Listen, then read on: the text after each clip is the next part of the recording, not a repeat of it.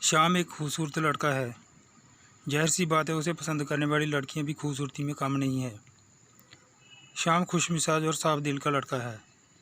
चाहे कोई अमीर हो या गरीब, सुंदर हो या बदसूरत, इस बात से कोई फ़र्क नहीं पड़ता, क्योंकि हर किसी की ज़िंदगी में कुछ न कुछ कमी होती है, जिसे पूरा करने के लिए इंसान अपनी इच्छाओं में जूझता रहता है। ऐसी ही श्याम की कहानी है। श्याम थोड़ा अलग लड़का है। वो हर किसी से बात नहीं करता। ऐसे ही एक दिन ऑनलाइन वो एक ऐसी वेबसाइट पर जाता है। उसे एक आर्टिकल पढ़कर अच्छा लगता है। उसके बाद वो उस आर्टिकल के राइटर के बारे में जानने की कोशिश करता है और जान भी जाता है। अब यही एंट्री इस कहानी में होती है रितिका की।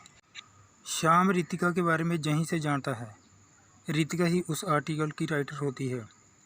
श्याम के मन में आता है वो रितिका के इस आर्टिकल की रितिका से तारीफ़ करे, पर श्याम रितिका से बात नहीं करना चाहता था। वो सोचता है कि अगर मैं इससे बात करने जाऊंगा तो वो शायद मुझसे बात ना करे। वैसे भी श्याम दिखने में सुंदर लड़का था। वो लड़कियों के पीछे नहीं जाता था, क्योंकि श्याम जानता था कि लड़कियां वैसे भी एटीट्यूड दिखाती हैं, तो ये तो ज़रूर ही दिखाएगी। पर श्याम को उसके लिखे कुछ शब्द पसंद आ गए थे, इसलिए उसने तय किया वो घमंड खाएगी भी तब भी मैं उसकी तारीफ़ करूँगा, क्योंकि कला की कदर वो जानता था। वो कैसे और क्यों, ये श्याम ही जानता था। फिर श्याम उसके उस वेबसाइट से उसके सोशल मीडिया का पता लगाकर उसके इंस्टाग्राम प्रोफाइल पर पहुंचता है। वो सोचता है मैसेज कर दूं, पर श्याम ने सोचा वो किसी लड़की को मैसेज क्यों करे। कुछ देर सोचने के बाद वो वापस आकर उसके वेबसाइट में दिए हुए ईमेल पर उसे मैसेज करता है, पर किसी कारणवश वो मैसेज उस तक नहीं पहुंचता। श्याम 2-3 दिन बाद फिर कोशिश करता है, पर मैसेज नहीं जाता। श्याम ठान लेता है कि चाहे जैसे भी, पर उसकी तारीफ़ उसे करनी है। फिर वो रितिका की फेसबुक आईडी पर जाकर उसे मैसेज करता है, पर श्याम इस बात से हंसने लगता है। वो देखता है कि रितिका कितने दिन महीनों से फेसबुक पर एक्टिव ही नहीं हुई थी, और सोचता है शायद उसकी वेबसाइट पर कमेंट का ऑप्शन बना हो, उसे वहाँ से मैसेज करके बता दूँ। जब श्याम उसकी वेबसाइट पर पहुँचता है तो उसे वहाँ कमेंट का ऑप्शन मिल जाता है, पर श्याम मैसेज नहीं करता। वो सोचता है वो एक वेबसाइट ओनर है, एक अच्छी ब्लॉगर है, वो मुझे रिप्लाई क्यों देगी, और कमेंट तो हर कोई पढ़ सकता है। इतनी बार श्याम सोचता है मैं उसे मैसेज कर देता हूँ कि मैं उसे फेसबुक पर कुछ ज़रूरी मैसेज भेज रहा हूँ, आप मैसेज पढ़ लेना। और शाम का ये तरीका काम कर गया। लगभग 3-4 दिन बाद रितिका ने श्याम के मैसेज को देखा और उसे थैंक यू कहकर रिप्लाई दिया।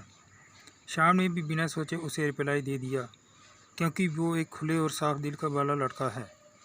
उसकी वजह से सामने उस रिप्लाई में कुछ कहने के बाद रितिका से कह दिया, क्या तुम मुझसे दोस्ती करोगी। श्याम को ये बात तो पता थी कि वो या ना करेगी ना या कुछ नहीं बोलेगी, फिर भी उसने मैसेज कर दिया था और रितिका ने भी पढ़ लिया था। श्याम करता भी क्या, क्योंकि रितिका के कोई भी रिप्लाई ना देने पर श्याम समझ गया था कि वो बात नहीं करना चाहती। श्याम ने सोचा अब तो उसे कोई मैसेज नहीं करेगा। असल में श्याम को वो लड़की पसंद भी नहीं थी, पर उसकी कला को पसंद करने लगा था। इसलिए श्याम सोचता है कि वो उसे मैसेज करेगा। श्याम के मन में रितिका को और जानने के लिए, उससे बातें करने के लिए इच्छाएं जागने लगी। वो ये नहीं समझ पा रहा था कि ऐसा क्यों हो रहा है। उसने समय ना गंवाते हुए उसे फिर मैसेज किया। रितिका का कोई रिप्लाई ना आने पर श्याम के एटीट्यूड को चोट पहुंची थी। फिर भी वो अगले चौथे दिन उसे मैसेज करता है। आखिरकार चौथे दिन ही रितिका का मैसेज आता है। रितिका ने कहा, मेरे पास समय नहीं है, मैं बात नहीं कर सकती, मैं अपनी वेबसाइट के काम में बहुत बिजी रहती हूँ।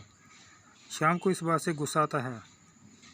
वो सोचता है कि रितिका अपने आप में एक ब्लॉगर है, वो हर किसी से बात कैसे कर सकती है, क्योंकि उसकी नज़र में श्याम एक आम लड़के से ज़्यादा कुछ नहीं है।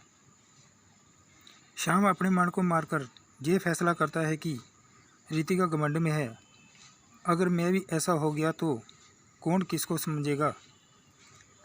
इसलिए वो उसको फिर मैसेज करता है, पर रितिका का कोई रिप्लाई नहीं आता।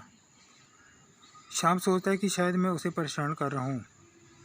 इसके बाद भी रितिका की कला उसे अपनी तरफ खींचने में बार बार मजबूर कर देती है। वो कुछ दिनों तक उसे मैसेज करता है और उससे जानबूझकर हर बार पूछता है कि वो उससे दोस्ती करेगी या नहीं। अगर दोस्ती करना है तो भी बता दे, नहीं करना है तो भी बता दे।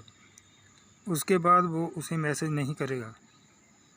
पर रितिका दोस्ती के लिए ना हाँ करती है, ना इनकार करती है, ना ही इजहार करती है, बल्कि रितिका शाम से कुछ अलग बातें ज़रूर करती है। इन सब के बाद भी शाम उससे सच में दोस्ती करना चाहता था, इसलिए वो रितिका से कुछ न कुछ कहने पर भी वो बार बार उसे पूछता रहता। कई दिन बीतने के बाद रितिका शाम से कह देती है कि वो अब उसे कोई भी मैसेज ना करे। ये बात शाम के ईगो पर लग जाती है। शाम सोचता है कि अगर उसे दोस्ती नहीं करनी थी तो उसने पहले क्यों नहीं कहा। उसे इस बात से बहुत गुस्सा आया और उसे रितिका से नफरत होने लगती है। शाम ने रितिका के घमंड को तोड़ने के लिए फैसला किया ताकि रितिका घमंड से निकलकर इंसान और इंसान की फीलिंग्स की कदर कर सके। कुछ दिन बाद रितिका के पास एक मेल आता है।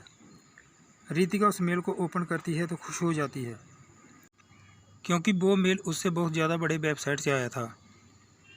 वो ये समझ गई थी कि ये मेल किसी बड़े और प्रोफेशनल ब्लॉगर की तरफ से आया है।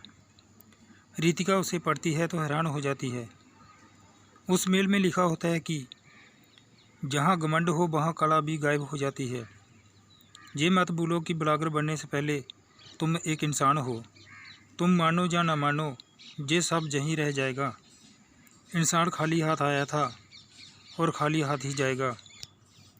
इंसान को इंसान की भावनाओं और सच्चाई को परखना चाहिए, उसकी औकात से नहीं, क्योंकि ये समय है और समय लोगों का रुतबा बदलता रहता है।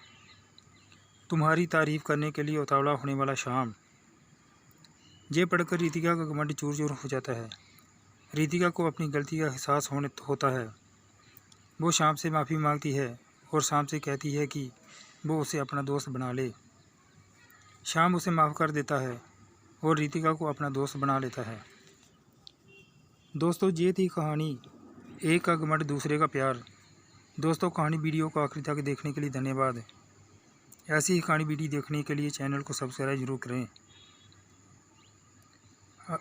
अगर कहानी पसंद आई तो वीडियो को लाइक करें। कहानी समाप्त होती है। मिलते हैं दूसरी कहानी वीडियो के साथ। तब तक के लिए खुश रहिए और अपना ध्यान रखिए।